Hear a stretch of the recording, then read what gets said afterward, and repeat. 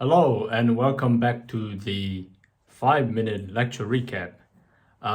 So we've been talking about reflection, right? So I think the key word there is metacognition. I'm sure you've heard of this word, metacognition. It just means thinking about. So let me just give you an example where in the lecture example was the thinking about ethics and morals. Now, these days, people normally don't talk about these things. And an interesting story is that the last 3 decades, since the 80s, they say instead of just being a market economy, which it is, it's become a market society. So that's a critique of how this society has become so accustomed to putting value on things and putting things up for sale that normally shouldn't be. So material goods, yes, should be up for sale. We can trade, we can pay for things, we can put a price on it, and it's in the market. But what about things like teaching and learning and things like that? They are not really material goods. But because even kids these days, they're very used to talking about everything in terms of dollar value. You hear often, even in teachers saying to themselves, oh, I could be driving a truck and get paid just as much or more. So, but shouldn't teaching be framed or talked about outside of those dollar values? Because it's really about instilling morals into people, especially young people. And you also hear things like politicians saying, I have a conviction. But normally the word that's left out is moral in front of, so it's moral conviction. So it's normally, we tend to forget that a lot of the things that are being talked about in politics has to do with morality. And people can stand on either side of these issues. But yeah, it really, I think, the critique was that we're not reflecting, we're not thinking enough, and not having a public debate or public discourse on our ethics and morals. And I do agree, and it's kind of unfortunate because the critique said it's been happening in the last 3 decades, and that's exactly how long I've been alive for. So I don't really know what society would have been like when there were moral discussions in schools and society. But for sure, during the time I was at school and afterwards, it's not something that's talked about. Anyway, moving on. So in the second lecture, we talked about personalization, and I think that led on to talking about mapping our competencies. There are different these basic competencies that we need to in order to study, in order to self-direct our learning. And we talked about the importance of planning down. And in number 3 lecture, which we haven't talked about, but briefly, it was about spaced practice. So in psychology of learning, spaced repetition or retrieval practice, so basically testing your memory through quiz and things like that, needs to be spaced out.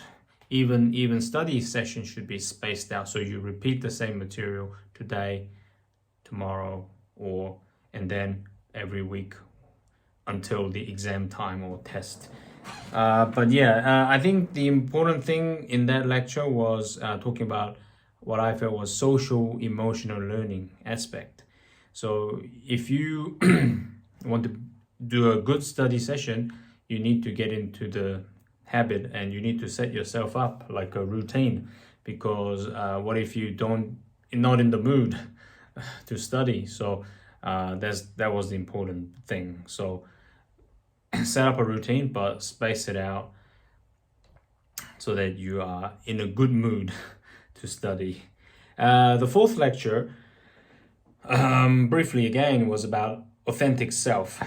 So because we are sometimes in the shadows of, darkness or negativity, and we are always in search for something fun to, we are being asked to kind of endure the aloneness when it comes to studying. Because sometimes we are on our own at our desk.